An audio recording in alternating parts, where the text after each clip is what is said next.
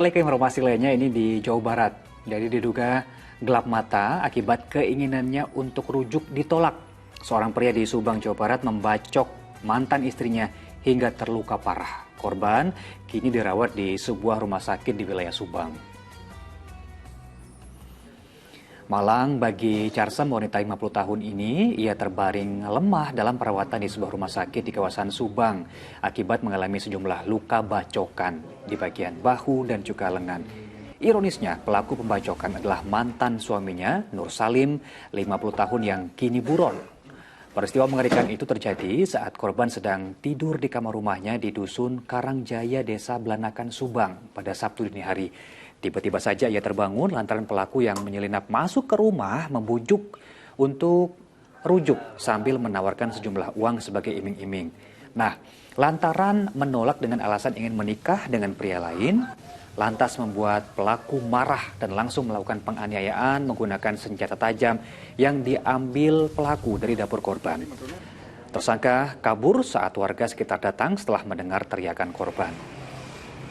Memang dugaan sementara itu sama mantan suaminya yang baru sebulan yang lalu dinyatakan cerai. Nah, motifnya lagi kami dalami dan hingga saat ini pelaku masih dalam pencarian. Astagfirullahaladzim, ini tipis sekali bedanya. Katanya ingin rujuk karena sayang, tapi ternyata ingin mencederai, sedemikian menyeramkan itu. Ustaz, kira-kira apa hal yang harus dijaga agar terhindar dari perselisihan? Karena kan ini sebenarnya sudah dua orang berbeda ketika mereka sudah bercerai ya Ustaz. Ya betul Mas Yemi, seorang yang menikah, berkeluarga, itu kan landasannya karena Allah. Fa'innakum akhadtahumuhunna bikalimatillah. Diingatkan oleh Nabi, Anda mengambil itu dengan kalimat Allah, dengan ridha Allah. Malaikat-malaikat menyaksikan. Parameter orang terbaik adalah pula dengan keluarganya. Di surat Al-Baqarah 229. Seseorang itu menikah dengan cara yang terbaik, ihsan, atau menceraikan dengan cara yang terbaik pula, ihsan. Bagaimana mungkin ia meminta dulu dengan cara baik-baik kepada orang tuanya, lantas terjadi persoalan, malah diselesaikan dengan cara yang sangat ihsan. Bagaimana kita mengendalikan diri agar tidak terjadi sesuatu yang sangat buruk ini, buruk untuk dunianya dan buruk pula untuk akhiratnya. Yang pertama, memaknai keluarga. Perlu pemaknaan ulang. Berkeluarga itu adalah bukan bersenang-senang. Kita menjalankan keluarga baik dalam keadaan senang, dalam keadaan lapang, atau dalam keadaan sempit, tetap mendapatkan pahala dari Allah. Sehingga kita bersabar. Barakallahu laka wa baraka alaika. Doa ini doa yang diingat. Berkahi Allah untuknya manakala dia dalam kesenangan, berkahi pula dalam kesulitan.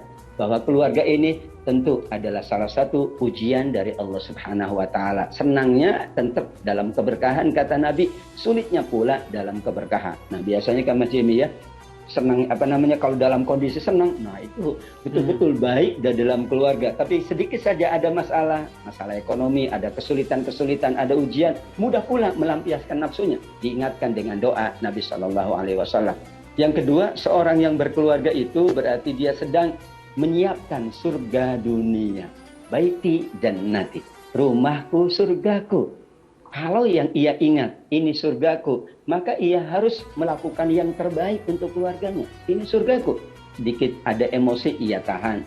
Kalau ada kesulitan, ia bertahan pula, bersabar, dan seterusnya.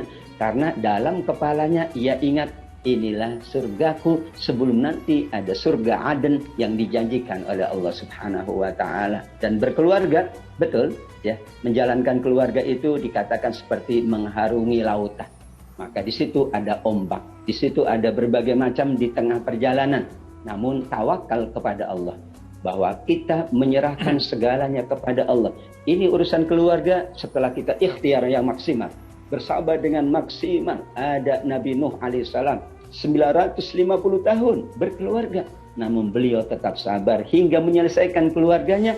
Dan itulah bukti bahwa ia adalah orang yang terbaik di mata Allah Subhanahu wa ta'ala. Baik, Ustaz mungkin bisa diingatkan kembali kepada kita semua pemirsa Acuan TV, disegarkan kembali seperti apa sebenarnya ketentuan secara agama kalau ada pasangan yang sudah bercerai secara sah, baik secara agama dan juga negara, kemudian ingin rujuk kembali, Ustaz. Ya, di surat Al-Baqarah 229 bahwa seseorang boleh rujuk kalau perceraiannya perceraian satu atau perceraian dua, talak satu atau talak dua. Maka dia boleh rujuk. Dan rujuk itu sesuatu yang dimudahkan oleh agama, dimudahkan pula oleh negara kita. Hingga dia, kalau memang talak satu, ya dia bergaul dengan istrinya. Sudah menjadi sesuatu yang itu halal baginya. Ketika sudah dihalalkan, terjadilah rujuk. Tentu dalam konteks ini harus ada sukarela dari pihak istri. Karena membangunnya kan membangun bersama. Menikah saja ada cara kita minta sukarela. Bahkan sebaiknya pula sukarela itu tidak dimintakan dari istrinya yang sudah dicerai. Tetapi juga jadi keluarganya. Bisa jadi ada kesalahan. Iya, karenanya ia mohon maaf kepada istrinya. Mohon maaf pula kepada keluarganya. Aku ingin rujuk. Dan aku ingin rujuk ini rujuk yang terbaik. Maka aku mohon secara sukarela kepada istrinya, sukarela pula kepada keluarganya. Kembali ia disatukan oleh Allah Subhanahu wa Ta'ala. Agama juga menuntun, jangan sampai kemudian memaksa. Kenapa? Karena pemaksaan dalam berbagai aspek pasti buruk akibatnya. Ya, kalau sudah tidak mau, ya nunggu waktu yang lain. Misalnya belum reda amarahnya, masih marah, masih ingat ya dulu perilaku yang tidak baik. Ya sudah ditunggu lagi. Datang lagi dengan baik-baik, kemudian meminta lagi dengan baik-baik secara sukarela. Insya Allah dengan ia melakukan itu, pihak istri pun akan luluh, pihak istri pun tentu akan memahami kondisi saat itu mungkin emosional, pihak keluarga pun akan memahami dan terjalin. Nanti insya Allah tidak ada lagi perceraian untuk yang kesekian kali. Tadi Ustaz menyebut bahwa jika talaknya 1 hingga talak 2 bisa dengan lebih mudah untuk rujuk kembali begitu Ustaz ya. Rujuk ini cukup kesepakatan antar kedua belah pihak, suami istri dan juga keluarganya, atau harus ada semacam ijab kabul lagi di pengadilan agama, Ustaz?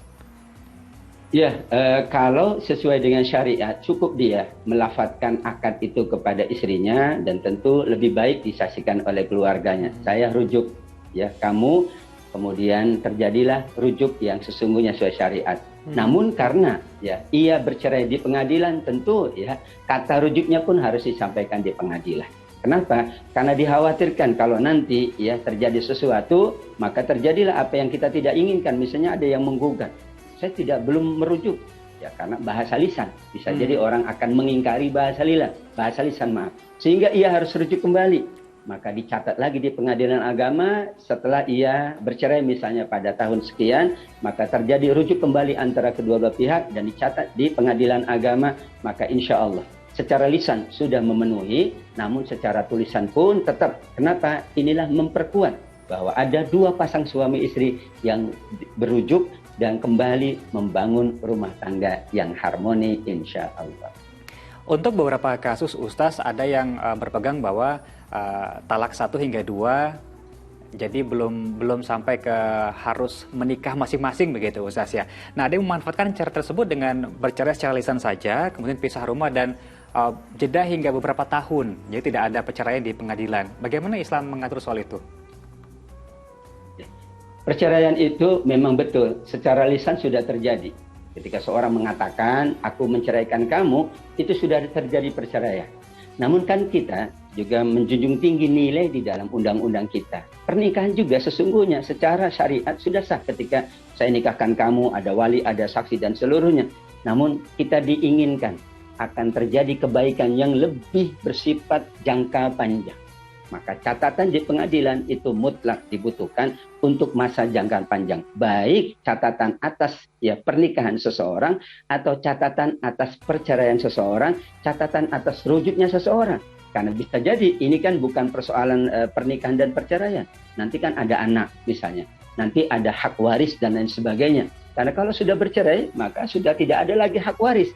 Nah kalau tidak didokumentasikan, tidak tercatat di pengadilan, khawatir nanti akan berimbas kepada pembagian waris dan sejenisnya dan mungkin akan terjadi persoalan baru di dalam keluarga besar tersebut. Maka agama betul mencatat di surat Al-Baqarah bahwa seluruh transaksi itu hendaklah dicatat, dan ini perintah Allah. Al-Baqarah 282. Perintah Allah adalah semua yang berhubungan muamalah transaksional dengan manusia hendaklah, kata Allah, dicatat untuk menghindari hal-hal yang tidak diinginkan di kemudian hari.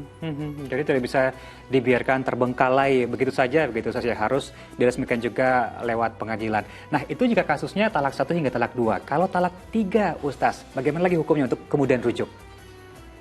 Ya, kalau sudah talak 3, maka sang perempuan, sang istri harus menikah dengan lelaki yang lain dan harus sudah berhubungan. Kenapa? Ini kan warning dari Allah. Jangan mempermainkan ya perceraian.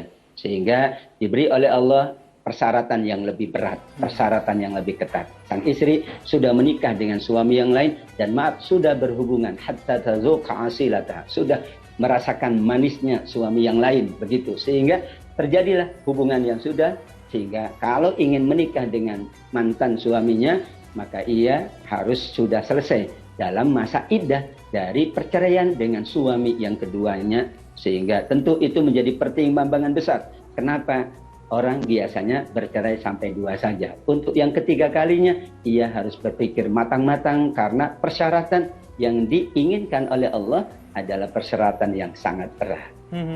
Sementara levelan talak dari lisannya suami yang begitu harus dijaga, bukan main-main begitu, Ustaz ya. Baik, terima kasih Ustaz.